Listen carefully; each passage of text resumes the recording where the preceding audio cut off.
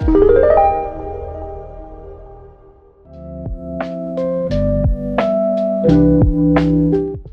everyone, welcome to CultureTalk, where we share insights and learnings from leaders in arts and culture.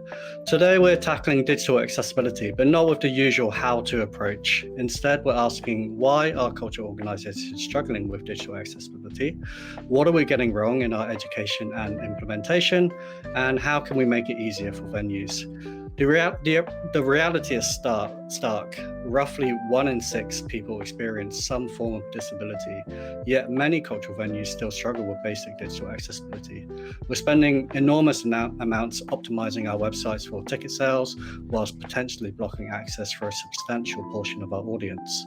So to help us navigate this landscape, I'm joined by George Hill, Chief Experience Officer at CultureSuite, who leads our accessibility initiatives and has worked with dozens of cultural venues on their accessibility journey. Pim Teeuwisse, co-founder of Digital Token Click, or in English, Accessibility Desk. Pim brings deep technical expertise from auditing and improving accessibility across the cultural sector. So hi, George. Hi, Pim. Hi. Let's start with the elephant in the room. We've had accessibility guidelines for decades now, yet many cultural venues still fail at basic digital accessibility. So what's going wrong? I think the challenge with accessibility generally is that it's perhaps not a knowledge challenge. I think a lot of people know about accessibility. They know it's important. I think there's a bit of a disconnect, though, in maybe how it's taught, how it's documented, and then just how venues operate. I think, the WCAG guidance is held up worldwide for a lot of people. It's been around for a while now, and I think it's a great set of technical documentation, but I think for anyone trying to read that, it comes across as, I guess, quite a long list of to-dos and actually not really a guide on how to do it. So I think a lot of that perpetuates into this sort of myth that accessibility is really complicated and perhaps therefore expensive, which, I think from our experience looking at some of the audits we've had done, I think about half of those could be fixed with just basic content improvements, tweaks and changes that are definitely not complicated or large, but I think really, that's not a failure technically, it's just a failure of process mainly. Agree. Yeah, I think it's also interesting because you're correct that we've had these guidelines for decades even, but I think there's also a disconnect kind of between the technical progress and the progress of the knowledge of accessibility, basically. So if you look at just plain HTML from years ago, very simple websites, the way they were built decades ago, well, those are actually quite accessible because they're very simple. So I think one of the main challenges is with all these new technologies that we can use to make our websites and digital applications engaging and interesting and interactive. How do we make sure that we don't leave out a part of our audience, by trying to please another one, basically. So if you look at the past couple of decades, when did it start to go wrong and where do we see the huge errors occur? That's mainly websites that are trying to be very hip and cool, for example, of which we see a lot of them in the cultural sector, right?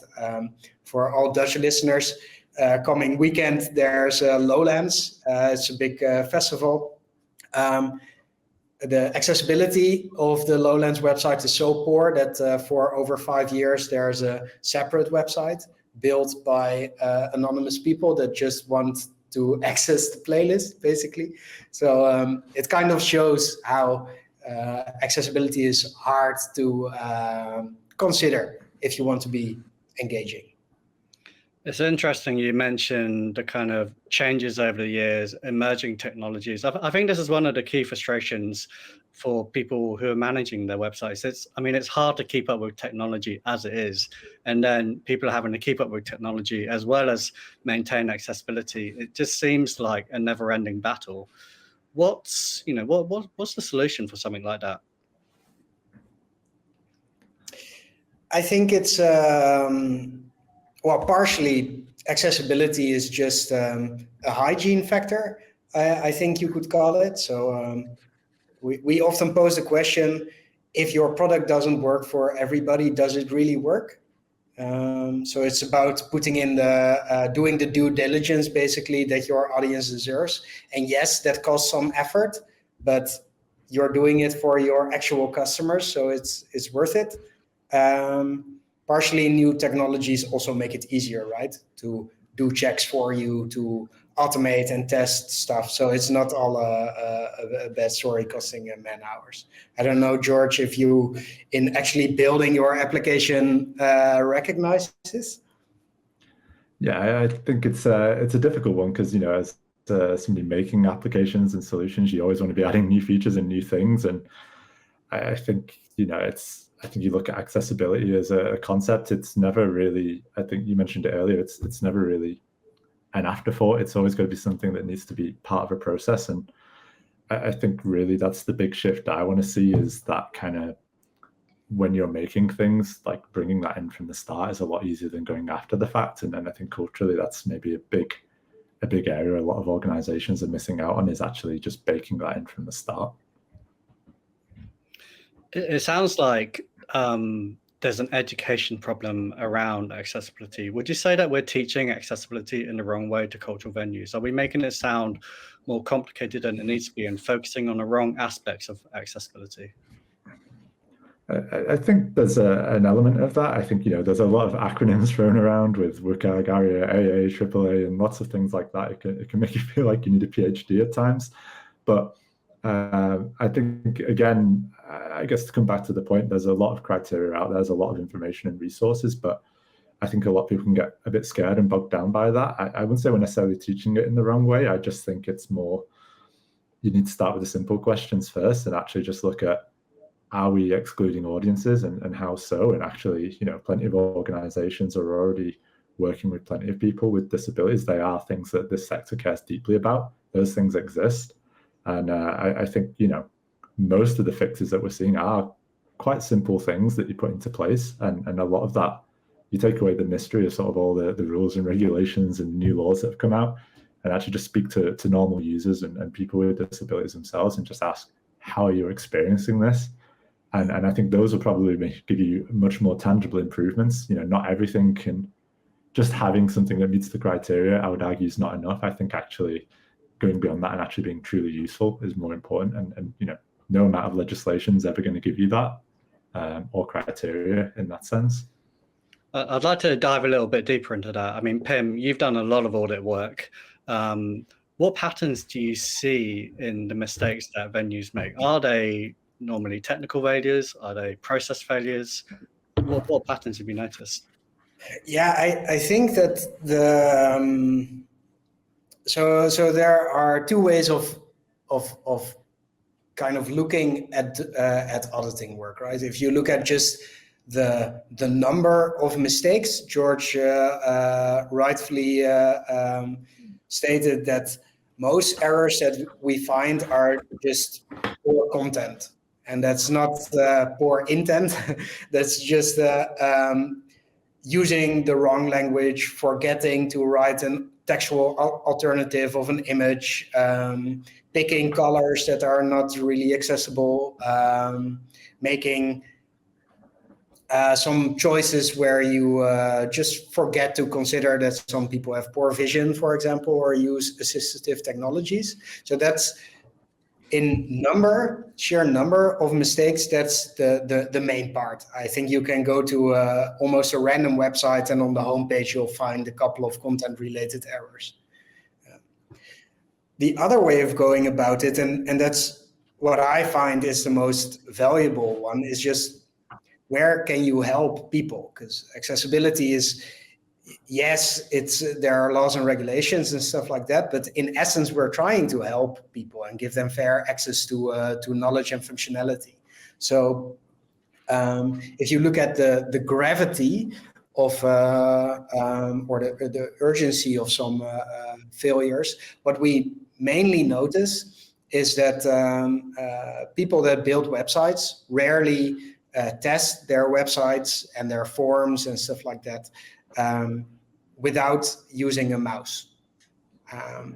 And that sounds a bit weird, perhaps, because a lot of people are using a mouse or a trackpad and very used to that. But if you can't, for any reason, if you use assistive technologies because you have poor vision or whatever, you need to have a website that knows how to engage with other ways of navigating a website.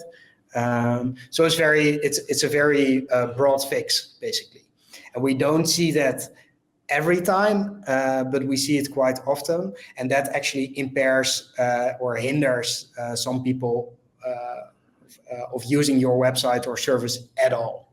So we see it less often, but the impact is way larger. Yeah.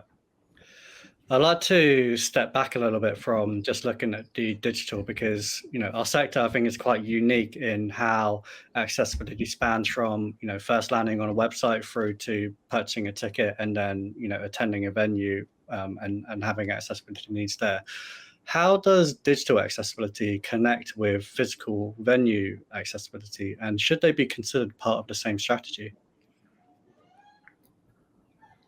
I mean, I take accessibility out of this. I think, people always look at websites as a separate entity, or like even organizationally, oh, it's the website team and this sort of behavior. And I think actually, you look at the average user, they don't perceive your organization as separate departments or separate people. The website's just one part of your brand, your offering. It's another extension of you. In fact, in some cases, it may be visited more frequently than the venue itself, in the sense of people checking on there to buy tickets several times before they actually go and attend a performance. So I think to that perspective, I think, if you want to look at accessibility, the expectations you can set, the web as a tool is a really powerful thing. What can you expect when you get to the venue? Can you do 3D tours? Can you show the sorts of people you need to get in touch with? Is there practical advice around getting there? There's lots of soft pieces of I guess, content, I'll call it, that you can actually start to do. And I think, the website's just one of those many touch points. So I don't think you can ever view it as separately. Obviously, it has its own criteria and things to advise on how to use it. But from an audience perspective, it's just one of many steps that has to make up the overall experience. So I think they've got to go together. Yeah, agreed. I think you should see your website and your venue as an extension of each other. So on your website, you should have the information to let people know what they can expect in your venue, so they can prepare themselves and know if they need to consider some specificities. Within venues, there's still often also a lot of digital stuff going on, right? So ticketing polls, the lockers for your bags or your coats, picking up your tickets. Those are very often also digital interfaces that, in a way, are need to be digitally accessible also. So just look at it as customer journey is a bit of a dirty word, I guess, but I'd advise not to look at it as separate things. Yeah. You mentioned the WCAG guidelines or WCAG guidelines earlier. I think for someone like me and many of our listeners, the list is quite daunting and overwhelming. How can we make the WCAG guidelines feel less intimidating for non-technical marketing teams, who are often the ones responsible for ensuring their content is accessible? You've already mentioned that content accessibility is often one of the first things that we find. So I think this is a thing that people are most wanting to solve. I mean, that's an interesting one, because obviously you've got quite a lot of technical guidance there, and I think it's kind of like, I don't know, looking at any other aspect of your venue, there's very specialist knowledge where actually, you wouldn't just expect your normal staff to deal with that. I don't know whether it's like the electrical safety of the things on stage or something like that. You would get a specialist in it, and I think there's a lot of people out there that can help you navigate that, like BIM's team, and I think, again, I think there's a lot out there where you can start to try to do things yourself. I think BIM's already gave some great advice. I think just starting to try and navigate by keyboard is a really simple thing. Just tab through a page and try and buy a ticket and see how easy it is or not. And I think from there, that's usually a pretty good sign that there's work to be done. Then put yourselves in the seat of that and looking what you need to improve. There's a lot of free tools out there that can help you look into that break it down for you. So I think there's definitely a lot of things to start doing the basic checks, but I think really there, I think we don't expect every venue to be an accessibility expert. I don't think that's ever going to happen. I think there's an opportunity there to maybe put more onus on your web supplier, or look at other people that can support you there technically on how that goes forward. Yeah, agreed. I think kind of outsourcing part of the responsibility makes sense. So by making sure that your vendor knows about accessibility, you don't necessarily have to have that knowledge yourself, but you can rest assured that every new feature, there'll be people testing accessibility, for example. There's also, because the WCAG guidelines, there are a lot. Like in the European legislation, you can also just look at the 4 themes. So is your website or your app perceivable, operable, understandable, and robust? I mean, those are 4 very generic terms, but I mean, it's a good starting point. If you let your grandma test your website, does she understand and can she operate your website? Yeah. So what you're referring to is the PAW principles there, and we'll definitely link to something around those in the show notes if people want to find out more about those. But it's interesting that you mentioned about kind of outsourcing and also the time that's needed, because I think this goes on to probably the biggest challenge that people have, which is the budget constraints, the time constraints. But firstly, is lack of money really the primary barrier, or are we using it as an excuse for deeper organizational issues when we're talking about accessibility?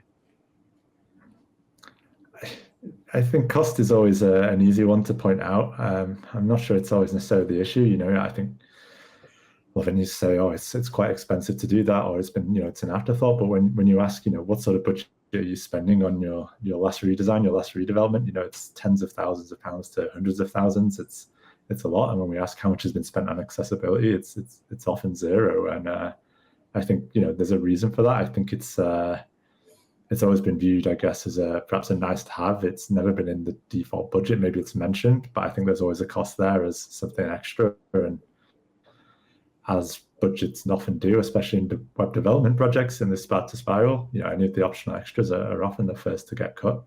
But I think there's an irony there in that we've already highlighted a lot of the things to improve it are often free or cost next to nothing. So I think at the bare minimum, not at least getting an audit is perhaps foolish, but I think trying to fix those retrospectively gets even harder. So I'd say, to anyone talking about costs there, it's really one of those of what's the cost of not doing it, because you're just delaying the inevitable going forward now. We see a lot of orgs looking at building new features, running big marketing campaigns to reach new audiences.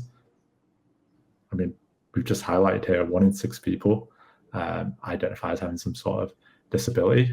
That's a massive audience that you're immediately excluding without their choice, and they're people that perhaps are already engaged with you, given they're on your website. So I think there's a lot to do around that, and I think the argument of cost now needs to really look back. I don't think it's also as expensive as many people think. Yeah, and it's good that you mentioned like the non-accessibility benefits also. So perhaps it sounds a bit vague, but we talked about understandable content. If screen readers can understand your websites, so can the Google algorithm, or so can OpenAI's crawlers, right? So there's actually scientific proof that working on accessibility improves your conversion rate considerably. If you and not only your conversion, but also your search engine optimization scores, for example. So yes, it costs a little bit more. I mean, accessibility is a quality marker, so quality costs a little bit more effort and a little bit more money. But it also pays itself back, and not on the long term, on the short term. even. Yeah. And from your technical perspective, Pim, what percentage or how much accessibility improvements are actually expensive to implement versus just being about changing some organizational processes?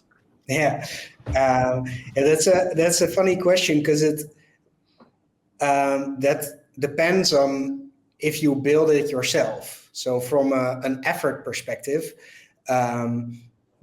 taking accessibility into consideration properly while developing a feature costs about 5% more effort down the entire line. But if you don't build it yourself and have a vendor that builds it for you, well, they already have that knowledge, and very often you can just demand it as a quality marker because it's a legal obligation to be accessible. So if you build it yourself, I'd say 5% for technical features and 0% for the content stuff, because the content stuff is not extra work. It's about doing things a little bit differently. If you outsource it because you have a vendor, well, then I'd advise to negotiate it out, because you should expect your vendors to deliver compliant software, and compliant software is also accessible. I think this is where I feel quite bad for cultural organizations a lot of the time, especially when they're spending tens of thousands on a new website or working with a vendor, because I don't think it's down to them to highlight the accessibility needs they have. And often when they're paying to launch new websites, sometimes those websites are launching with immediate accessibility failures, and that just feels really bad for the sector when they're already spending so much money, when we talk about funding pressures in the sector already. So who's at fault here, and are website suppliers or vendors failing the sector when we're building launching websites or providing services to the sector? Yeah, I think that I'm on the other side of the table, I guess. So for me, it's easy to say that the suppliers are failing in this case. I mean, if, for example, your supplier delivers a website that is not secure, of which the payment flow is not secure at all, or which doesn't guarantee the right privacy requirements that are mandatory, for example, we wouldn't talk about that in terms of who is failing. We would say, well, you just built a website that doesn't acknowledge current rules and regulations. So in that sense, I think it's the responsibility of the people whose expertise this should be, namely the people that are building the software. Yeah, I think there's another part of that as well, of I guess, holding suppliers more accountable there. I think actually looking at that, often there's usually a high level sort of comment in an RFP or sort of request for a tender.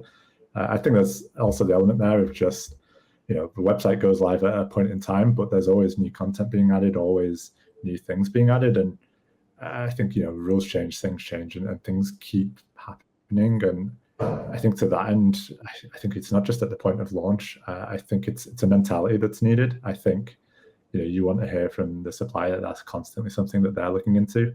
That's because things will change, new features will come, and it's all right to pass an audit at a point in time. But I think actually the mentality around how you view accessibility, actually building it in by default, or actually even when things aren't built there, knowing that they're going to get fixed, is perhaps for me even more important. And I think that again is just, I think if we talk about accessibility as a standard and as a quality standard, I think it's always going to be something that I don't think is kind of a mere standard for just gold. I think there's always things to be done to improve it, and I think for me that's even more important in driving this forward.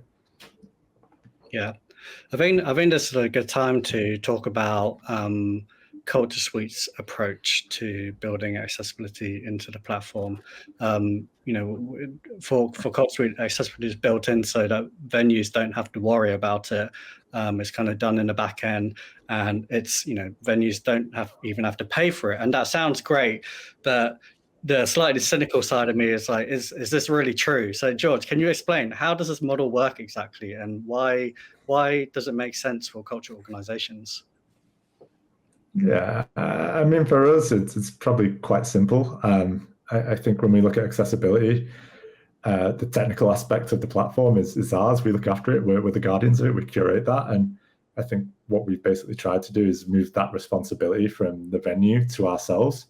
Our users aren't accessibility experts, they're cultural experts. I think they should be thinking about how to market their productions, how to serve their audiences, not whether the structure of their events page is semantically correct in terms of how the headings are structured and stuff. So what we decided to do was to actually take accessibility as a sort of concept. And I think the things that are in our control is always quite easy. There anything that's quite technical. But then there's a lot of things that our audiences are in control of, like content and design and choices around colors and the words that are on the page.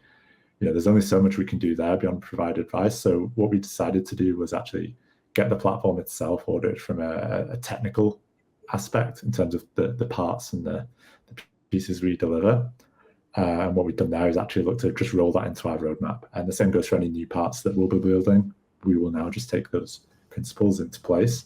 So because all of our users use the same platform, I guess from a budget and a delivery perspective, when changes or improvements come, everyone gets them. When the guidelines get updated, everyone gets them.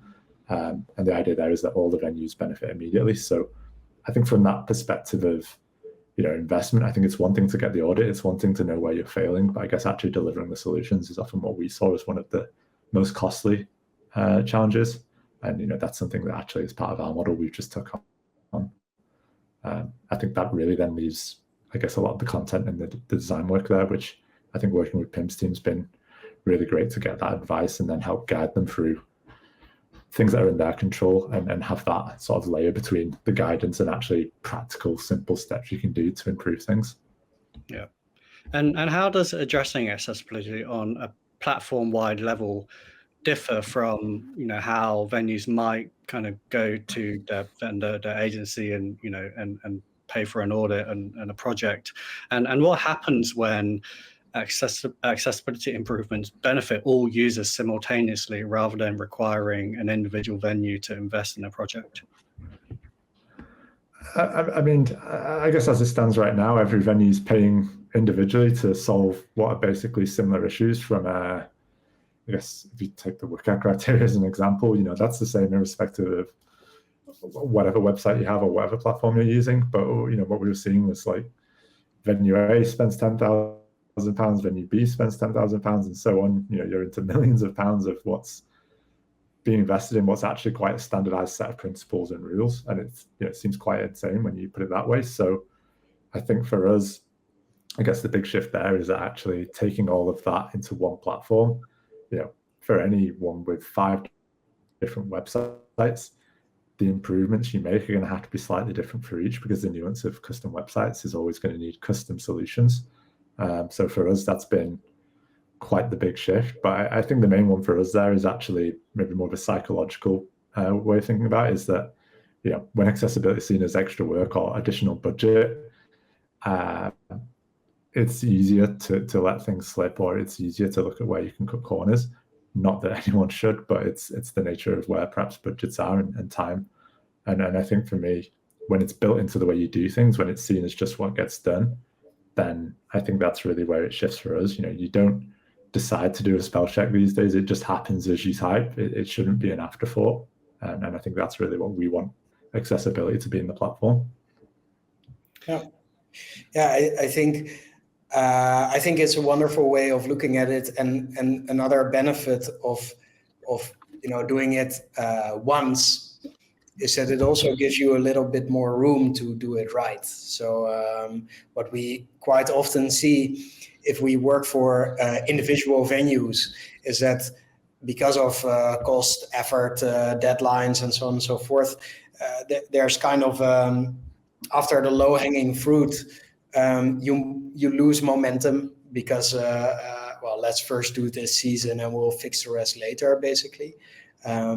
Doing this at scale in a platform well, the way CultureSuite has been doing it, it gives it more body because it's a bigger team and you're doing it for more venues. So instead of just picking the low-hanging fruit, you can do like not only the 80%, but go to 95% basically. And from I mean, we're a social enterprise, so we actually do it for people with a disability. And if you talk with people with a disability, credo that's often heard is talk with us and not about us. And it's way more important to actually not only treat people as an afterthought and pick the low-hanging fruit, but take people seriously, engage in conversation, and fix a wide range of issues. And I think that's a big benefit of doing it on platform level, because that gives you more skill, which also gives you a little bit more room to do things properly. Because I mean, Pim, you've worked on many accessibility projects over the years, so it sounds like you're advocating for this kind of platform-wide kind of model. You feel it works much better. I mean, some people might argue that perhaps you might have less kind of attention to detail, or that individual venues might get less attention because they're not kind of getting sole focus and it's just across the platform. Yeah, well, I mean, if only we lived in a world where a lot of venues are differentiating themselves on accessibility, right? So that's just not the case. So accessibility for most venues, for most products in general, is, well, very often an afterthought, but also something that's not very a selling point in and of itself.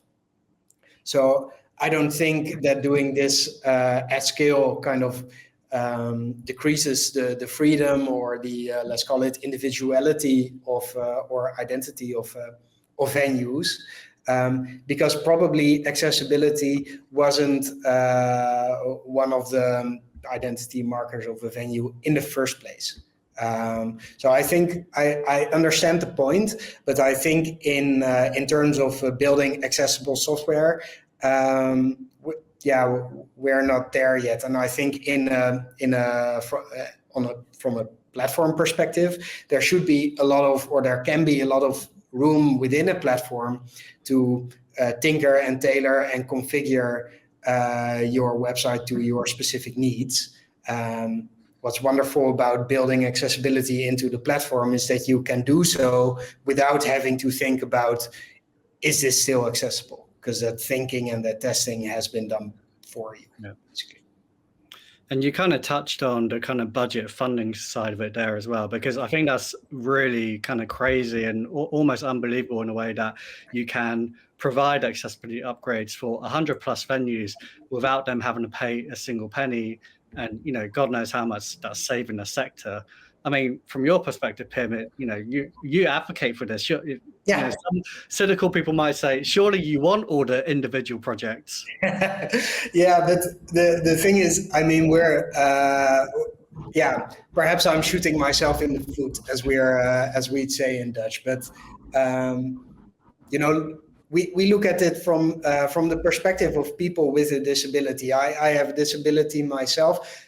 I love going to theaters. I find it very valuable in life to be able to go to theaters without having to check first if I can buy a ticket, or if I can use a locker, or if I can use a toilet. And the more venues support that, the better. And if we reach a point where we are not necessary anymore as accessibility desk, well, I gladly resign and do something else. That's kind of our mission, I guess. That's really sweet to hear. And actually, I've heard many people who, from other accessibility vendors say really similar things. So, it makes a lot of sense. I'd like to move on to the challenge of implementation now, because the sector, as we know, is clearly passionate and engaged with accessibility needs. I think it's something that we should be really proud about the sector. But the reality is creating and maintaining accessible websites, as we said, involves multiple teams, it involves wide, varying technical skill sets. So how do you recommend organizations approach this from a structural perspective within the organization? Well, I think vendor selection is a very important part of it, and just trying to be aware of what you don't know, basically. So being a little bit self-critical. Do I know about accessibility, how it impacts the work I do, perhaps as a content creator, perhaps as a customer service employee, perhaps as someone at the ticket counter, I don't know. And just, well, be aware of that and try to improve yourself. I think that's the main challenge. And as long as people try to improve themselves and venues try to improve themselves, well, one step at a time, we'll get there, basically. Yeah, I think I'd reiterate the point earlier about, within an organization, there are lots of different departments that all have different responsibilities, whether it's the design team looking at new branding and colors, or the video team creating captions and things, or the marketing team creating the content on the site. There's lots of different parts and places where that all takes effect. I think there's I guess just having that awareness in the first place, and actually, I think it's easy to try and assign that to different departments and make sure the checks and balances are in place. But I think even if just every department or every person in an organization asks, how does what I do, how does that have an effect on users? How do I interact with them? What is the thing I'm working on? How would somebody with a disability engage with that? And it starts to ask that kind of question. I think it starts to break down those silos when you start to come. I mean, I'm biased as always looking at things from the user perspective, but I think when you start to have questions like that, it can sometimes break that down. And I think, once there's that awareness there and you can start to ask those kinds of questions, hopefully things start to become a bit easier. Yeah. And is it more about kind of baking in processes into organizations' existing workflow? I know one of the things we talk about a lot is not to think about accessibility as a one-off project. We've said it evolves over time. It needs constant attention, which can seem quite demanding. So, do kind of baked in processes help kind of manage that over time? For sure. Yeah, go for it. Yeah, well, I think it's at least it sets a bar. So it kind of sets a standard. If you check every time on the same kind of things, you can track if you're doing better and getting more aware of it. So I think it's very important, and not only in work processes, but also think about hiring processes, right? Making sure that people that are getting hired as, I don't know, a content creator or lead designer or whatever, either already have the knowledge they need to take accessibility into consideration, or are required to do some training in the first months that they're at the job, to kind of make sure that even while processes stay the same, people also have the same knowledge and expertise. And George, when venues come to you about accessibility, what's usually the trigger? Are they being proactive or reactive? I mean, I think in some cases it's perhaps mostly reactive. I guess obviously recently there's a new legislation which has prompted a lot of conversation and a lot of inquiries, but I think, the reality is as we said, these sort of checks and balances have been around for a while. I think there's been an awareness of accessibility for a while, and I don't think there's any websites that were built before that was known. So I guess you could always say it's reactive, but I think the main thing is the nature and how those questions come to us. I'd like organizations to come to us more proactively, in the sense of, what we often hear is we need to fix our accessibility issues ASAP, but actually, perhaps the way you want people to come to you saying, we want to improve accessibility as part of our strategy and be more inclusive, which is, it shows a different sort of mentality. And I think, having a website accessible, getting an audit done, making those improvements, it's a point in time. It's the next day, there'll be new content, there might be new technologies, there might be new legislation, all sorts of things can happen. And I think the point is unless you switch that mentality, I guess it's always going to be reactive, which you could probably say about everything, but I think it is the real shift in thinking. Yeah, but although I would, from a positive note, add that there are a lot of things that teams might pick up proactively, but not from a per se an accessibility perspective. So, for example, what's very frustrating if a form has poor error messages, like if you press send and it doesn't send, and you have to check why, and you have to dive deep in the form and then find out that your email address has the wrong format or something. That gets fixed, not because of accessibility quite often as a reason, but just for, I don't know, conversion or UX. I mean, accessibility is just good UX, basically. So a lot of improvements in the user experience either result in accessibility, better accessibility, or are part of better accessibility, I guess. You mentioned the European Accessibility Act that came in June, I believe, end of June. And, that's moving us from a should-do attitude to a must-do attitude. How should venues prepare for this reality? And what needs to change in how we support venues through this transition?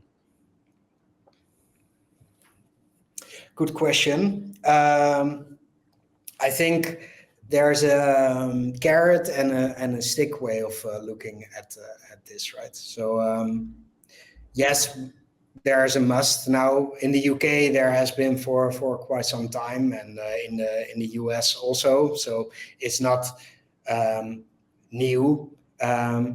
It does become a little bit more urgent. You won't get fined tomorrow, but your users will start demanding more because now they have something to rely on, basically. And that becomes visible quite early. So already in France, there have been a couple of supermarket branches that have been sued for a lack of accessibility in their venues, basically, by people with a disability that now finally have a way of prioritizing their needs. So that's I guess the stick way of looking at it. The carrot way of looking at it is that it becomes more urgent now. It becomes you can use this to separate yourself from the pack, I guess, and just to engage more with a target audience that is currently probably left behind or excluded. So. I wouldn't want to focus too much on the must-do part, although the law says we should, I guess. I'd like to look to the future now. A question for you, George. What excites you most about the future of accessibility in cultural venues? I mean, I guess more holistically, I guess that's something we're already trying to move forward to, is this point where I guess accessibility is almost invisible. It works. It becomes an expectation. I think that's partly the spirit of the law, and that's the thing here, is that just basic rights, the basic things that people should expect.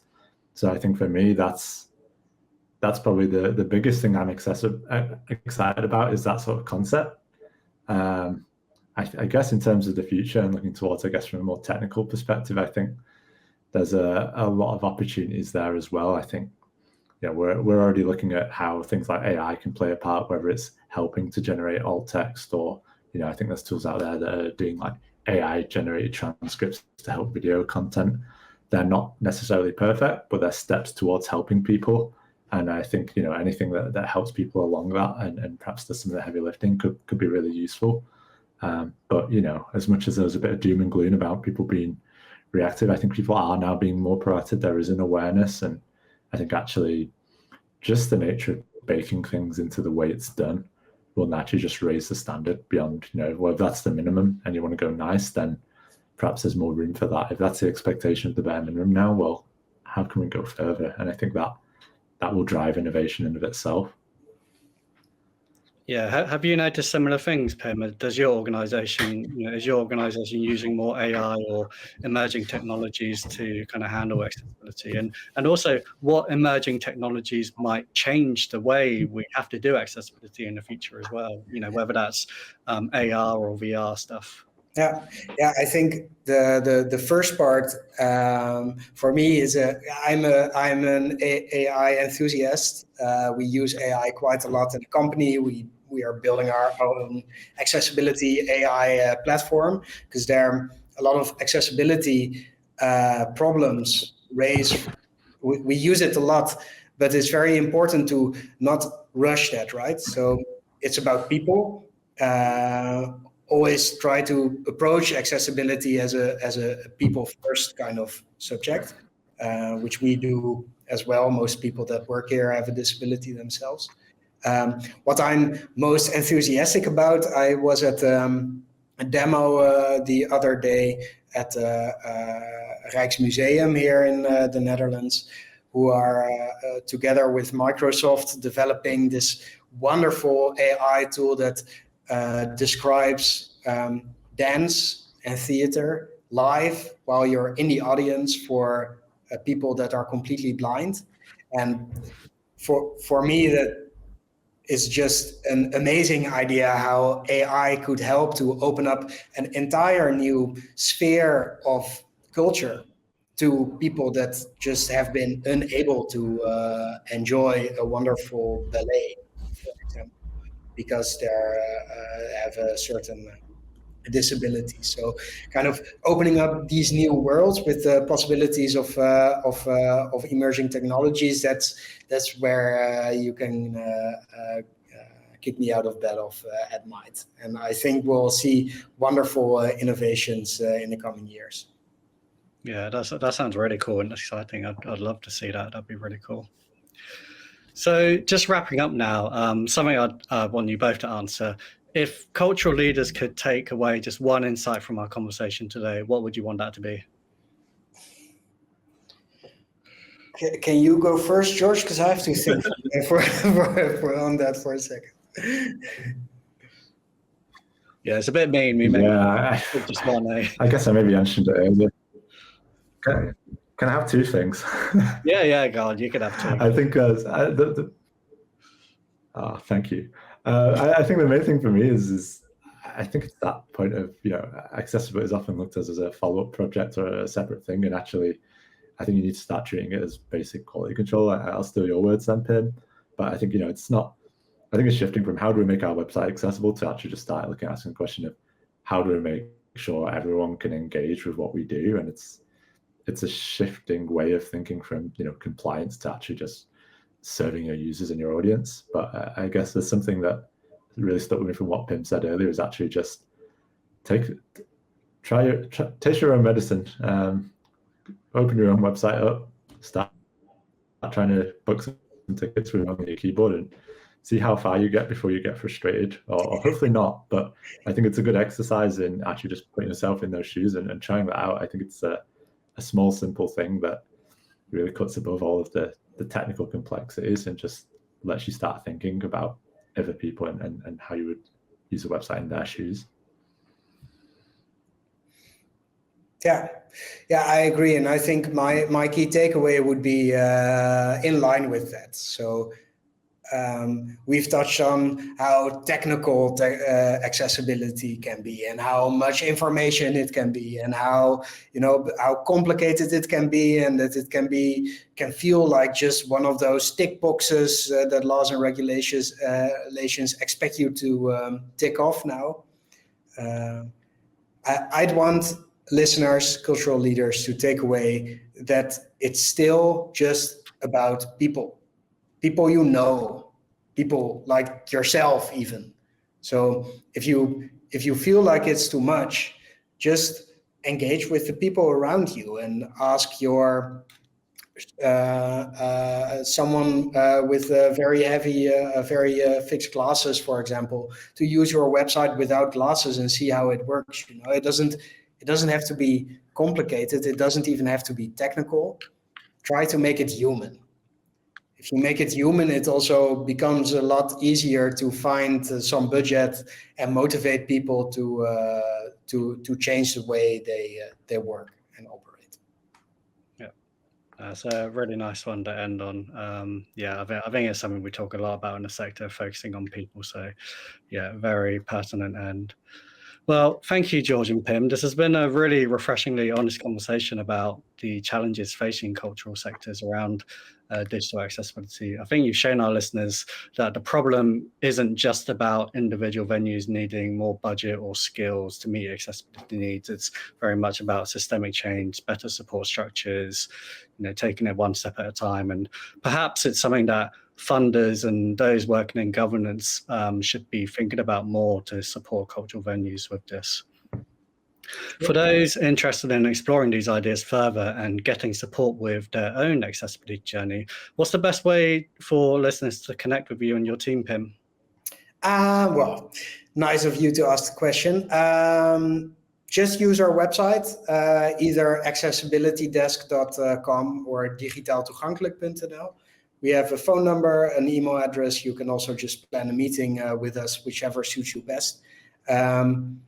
The meter doesn't start running at the first conversation, so please feel free to reach out if you have any questions or inquiries. Cool, and we'll link to some of those links that you mentioned in the show notes. Thanks. And if you want to learn more about how CultureSuite bakes accessibility into our website platform and processes, you can find out more at culturesuite.co. But otherwise, George, Pim, thanks again for your time and insights. And to our listeners, thank you for joining us for another episode of Culture Talk. Until next time, take care and goodbye.